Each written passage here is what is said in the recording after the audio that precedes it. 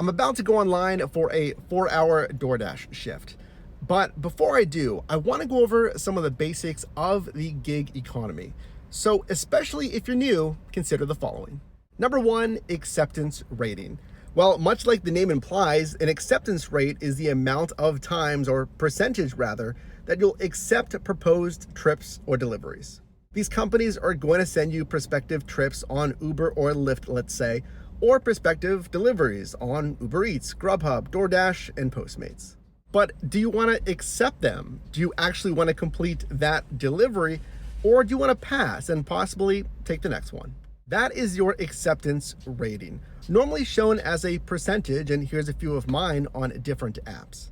Something important to consider, here in 2020, most all of these apps cannot deactivate you as a driver solely based on acceptance rate. You are an independent contractor. In essence, you are self-employed, and the autonomy and power coming from that allows you to either accept or deny these trips or deliveries that come to you. Number two, let's talk about earnings incentives or bonuses. This can come through in a lot of different ways. This can be a per delivery bonus or a per trip bonus. This can also be what's called a streak incentive. On these platforms, let's say Uber and Lyft, if you complete a certain amount of trips, or conversely on delivery platforms, if you complete a certain amount of deliveries in a row, you'll be guaranteed a certain amount of pay, or you'll get an additional bonus on top of your regular earnings. I recommend be smart and strategic when it comes to these bonuses.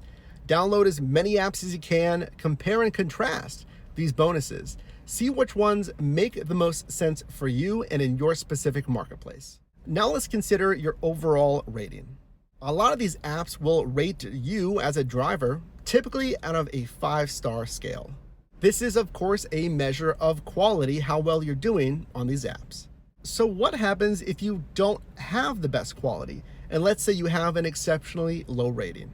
Because this is a measure of quality, and if you do have an exceptionally low rating, that is something you need to take a look at, because these companies, they can deactivate you for an especially low rating.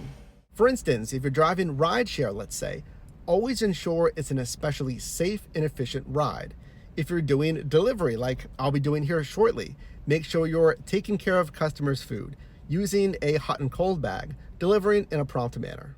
These companies most always will notify you if you're trending downwards, if you have an especially low rating. And again, most will give you the chance to rectify that. Next, let's consider overall pay. Keep in mind, when it comes to being an independent contractor, like we mentioned, all of the pay from any one of these apps is going to be before taxes. So you will need to withhold money from this revenue come tax time. It may actually be a good idea to set aside funds quarterly and do your taxes that way. Now, make sure to consult with a tax professional or CPA on what the best strategy is for you.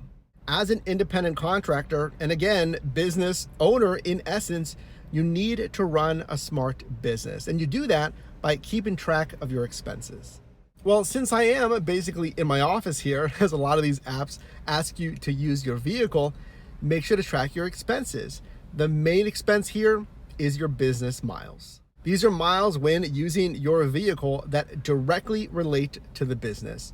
So if you're online with Uber or Lyft, or if you're online doing deliveries with Postmates or DoorDash, those miles need to be recorded because you can deduct those come tax time.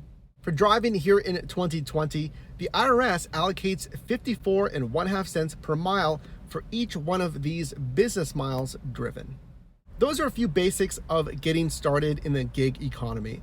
And if you are just getting started, consider signing up with the affiliate links down below. If you've enjoyed this video, consider leaving a like, and click or tap the screen now for my most recent video, as well as a video recommended for you, and I'll see you in the next one.